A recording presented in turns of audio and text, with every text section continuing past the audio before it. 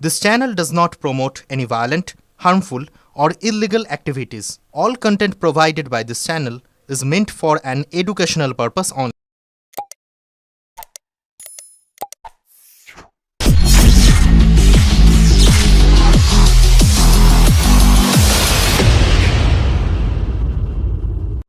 দেখুন, ভারতবর্ষের মাটিতে দাঁড়িয়ে কালকে বিজেপি বিরুদ্ধ শক্তি তারা একত্রিতভাবে দেখিয়ে দিলে যে তানাশাহি ভারতবর্ষে চলবে না, সংবিধানকে ধ্বংস করা যাবে না।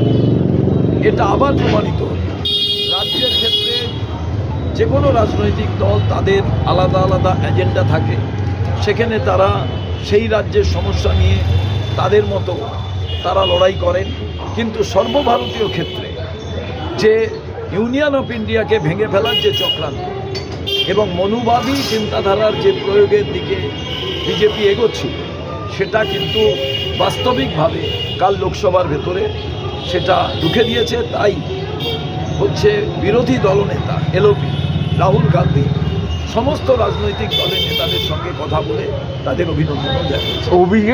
অভিষেকের সাথে রাহুলের একটা আলাদা সাক্ষাৎকার হলো, তাহলে কি তৃণমূল কংগ্রেস আর কংগ্রেসের ভেতর কি আবার হলো এই ক্ষেত্রে?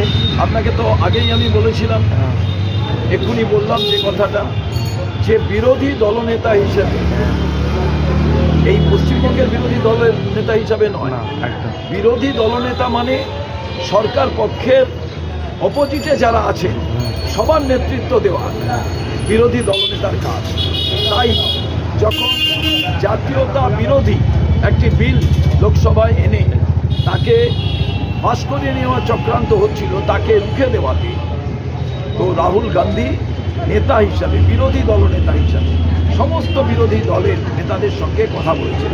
এবার রাজনীতিতে এটা তো বাঞ্ছনীয়, কিন্তু পশ্চিমবঙ্গের প্রেক্ষাপটে মালদাতে দাঁড়িয়ে আমি বক্তা, তারপরে রাহুল গান্ধী বক্তা, তিনি কিন্তু ক্লিয়ার করে দিয়েছেন যে তৃণমূলকে পশ্চিমবঙ্গ থেকে সরাতে হবে এবং বিজেপিকে রুখতে হবে এবং প্রগতিশীল সরকার কংগ্রেস ছাড়া অন্য কেউ দিতে পারবে না। বিজেপি আর ইন্ডিজোটকে নিয়ে কটাক্ষ সংসদ বা নেতারা ইন্ডিজোটকে নিয়ে অনেক কিছু কথা বলছে, কি বলবেন তাকে? বিজেপি কি বলছে শুনে তো লাভ নেই। বিহারে আমরা দেখেছিলাম যে 10,000 টাকা করে মহিলাদের দিয়েছিল, এখন বাড়ি বাড়ি 3,000 টাকা রিসিপ্ট নিয়ে ঘুরে বেড়াচ্ছে। তো এই বিজেপির কথা না বলাই ভালো। বর্বর পার্টি, একেবারে বলবো গণতন্ত্র না মানা পার্টি। ওদের মুখ আর মুখোশের লড়াই নিজেরাই করছে। পশ্চিমবঙ্গে কোনোভাবে ওদের জায়গা হবে না। আমাদের মূল লক্ষ্য যে তৃণমূলকে সরাতে হবে, বিজেপিকে রুখতে হবে। তার কারণ তৃণমূলকে ভোট দেওয়া মানে বিজেপিকে ভোট দেওয়া, এই রাজ্যে বিজেপিকে ভোট দেওয়া মানে তৃণমূলকে ভোট দেওয়া। এই দুটো রাজনৈতিক দল হচ্ছে একই স্কুলের ছাত্র। একজন রেগুলার ছাত্র, তার নাম বিজেপি আরএসএসের, আর একজন ডিস্টেন্স এডুকেশন, তার মানে তিনি রেগুলার স্টুডেন্ট নয়। কিন্তু বিজেপিতে প্রাইমারি এডুকেশন, মাধ্যমিক, হায়ার সেকেন্ডারি, গ্র্যাজুয়েশন এবং পোস্ট গ্র্যাজুয়েশন সবটাই করসপন্ডেন্সে তারা করছে। যেটা হচ্ছে যত ভোট আসছে ততক্ষণই দেখা যায় সেন্ট্রাল গভর্নমেন্টের যে সংস্থাগুলো সিবিআই, ইডি এরা করছে এবং রাজনীতির লোকেদের বাড়িতে গিয়ে হানা দিচ্ছে। এটার কারণ কি? আপনাকে বলি, এটা সম্পূর্ণ বাইনারি পলিটিক্স। আচ্ছা, এটা রাজনৈতিক মেরুকরণের একটা দিক। কি দিক? এই যে পশ্চিমবঙ্গে 2026-এর নির্বাচন অতি গুরুত্বপূর্ণ নির্বাচন। এখানে কি আলোচনা হওয়া উচিত? এখানে পশ্চিমবাংলার উন্নয়ন হয়েছে কি হয়নি, কে উন্নয়ন করতে পারবে, পশ্চিমবাংলার কলকারখানা হবে কি হবে না, বেকার যুবকদের চাকরি সেই কলকারখানায় হবে কি হবে না, এখানে কৃষির উন্নতি ঘটবে কি ঘটবে না, এখানে স্বাস্থ্যের পরিষেবা ভালো হবে কি হবে না, এখানে আরজি করের মতো ঘটনা ঘটবে আর তার কোনো বিচার হবে না, এখানে ল কলেজের ভেতরে ছাত্রীদের ওপরে যে অত্যাচার সেগুলো কি চলতে থাকবে। এই যে ন্যারেটিভ, এই ন্যারেটিভ থেকেও আলোচনা হবে প্রধান বিরোধী দল হিসেবে যে এই রাজ্যে তারা কি আলোচনা তারা কি এই রাজ্যের উন্নতি করেছে? 18টা এমপি, 12টা এমপি, সেই ক্ষেত্রে বিধানসভার জাতীয় কংগ্রেস প্রার্থী সুরঙ্গ সরকারের সমর্থনে তো এদের যে ঘটনাটা ঘটছে সেই ঘটনাটা হচ্ছে এই উন্নয়নের দিক থেকে। তার কারণ প্রধান বিরোধী দল হিসেবে বিজেপি কি করেছে 18টা এমপি নিয়ে, 12টা এমপি নিয়ে, 77 জন এমএলএ নিয়ে? এই প্রশ্নটা তো মানুষ করবে। প্লাস কেন্দ্র সরকারে আছে, কারণ কংগ্রেসের পর যারা ক্ষমতায় এসেছিলেন তাদের নিশান কোথায়? তারপরে এখন যারা আছেন তৃণমূল বড় বড় কথা বলছে, বিভিন্ন জায়গায় গিয়ে বলছেন শুভঙ্করকে এত ভয় পেয়ে গেছে, শুভঙ্করকে ভোট দিলে তাহলে সর্বনাশ হয়ে যাবে। এবার আমার প্রশ্ন, শ্রীরামপুরবাসী এত বুদ্ধু হবার তো কোনো কারণ নেই। তাদের অনেক যোগ্যতা সম্পন্ন ভোটার এখানে, তারা অনেক বুদ্ধিমান, তারা সিদ্ধান্ত নিক না। কেন আজকে রিসরার ওই জায়গায় ওভারব্রিজ হলো না? যে রিসরা রেল স্টেশনের পাশে যে জায়গাটায় হাজার হাজার মানুষ সমস্যায় পড়ে, কারণটা কি? এই হিন্দিতে শুধু ওটা একটু বলে দাও, স্টার্টিং করে না করেন।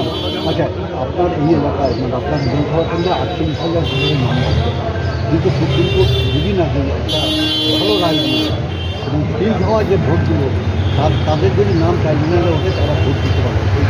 এটাকে আমরা ওয়েলকাম করি। প্রথম দিন থেকে আমরা এসআইআরের বিরোধী ছিলাম। আমি বহুবার বলেছি 1951 সাল থেকে এসআইআর প্রসেস শুরু হয়েছে, তখন স্পেশাল কথাটা ছিল না, ইন্টেন্সিভ রিভিশন ছিল এবং 1 বছরের বেশি সময় নেই। কী এমন ঘটনা ঘটলো যে পশ্চিমবঙ্গে নির্বাচনের আগে শুধু ক্ষমতা দখল করার জন্য বিজেপি যেভাবে জ্ঞানেশ কুমারকে দিয়ে সারা ভারতবর্ষের যেন বিজেপির সভাপতি নির্বাচন কমিশন চালাচ্ছে, এমনভাবে বহু মানুষ মারা গেলেন ভোটার। বিএলওরা তাদের প্রপার ট্রেনিংয়ের অভাবে তারাও আত্মহত্যা করলে একটা অরাজক পরিস্থিতি সৃষ্টি হলো। আমরা প্রথম সুপ্রিম কোর্টকে বললাম যে আপনাদের বিভিন্ন পত্রপত্রিকায় বেরিয়েছিল যে সুপ্রিম কোর্টের তত্ত্বাবধানে বিষয়টি দেখাবো। সুপ্রিম কোর্ট ইন্টারভেন করলে তাই কিছুটা হলেও ময়লা পরিষ্কার করা গেছে, কিন্তু এখন সম্পূর্ণ দায় জুডিশিয়ারির উপরে দিয়ে নির্বাচন কমিশন বাঁচতে চাইছে। তাই সুপ্রিম কোর্ট বলেছে যে আমরা যে দাবি করেছিলাম জেনুইন কোনো ভোটার ভোট দিতে পারবে না, তাহলে এটা ভোট উৎসব হয় না। কারণ 1952 সাল থেকে কংগ্রেস ভারতবর্ষে গণতান্ত্রিক ব্যবস্থায় এই ভোটাধিকার প্রয়োগটাকে ভোট উৎসবে পরিণত করেছিল। তাকে শ্মশান যাত্রা। একটা কোশ্চেন আছে, বিগত 20 সালে আমরা কারুর সঙ্গে জোট করেছিলাম সময়ের দাবি অনুযায়ী। 2006 সালে আমরা কারুর সঙ্গে জোট করিনি, সময়ের দাবি ছিল। 2011 সালে আমরা কোনো রাজনৈতিক দলের সঙ্গে জোট করেছিলাম, সময়ের দাবি ছিল। আবার 2016 সালে একেবারে ভিন্ন মেরু রাজনৈতিক দলের সঙ্গে আমরা জোট করেছিলাম, আমি এখানে প্রার্থী ছিলাম, সময়ের দাবি ছিল। আজকে যেটা কংগ্রেস একা লড়াই করছে 294টা আসনে, এটা সময়ের দাবি। অনেকে তো কংগ্রেসকে কটূক্তি করে। আজ পশ্চিমবঙ্গে একমাত্র কংগ্রেস 294টা আসনে প্রতিদ্বন্দ্বিতা করছে, বাকি অন্য কোনো রাজনৈতিক দলের ক্ষমতা হয়নি 294টায় প্রার্থী দিয়ে প্রতিদ্বন্দ্বিতা করা।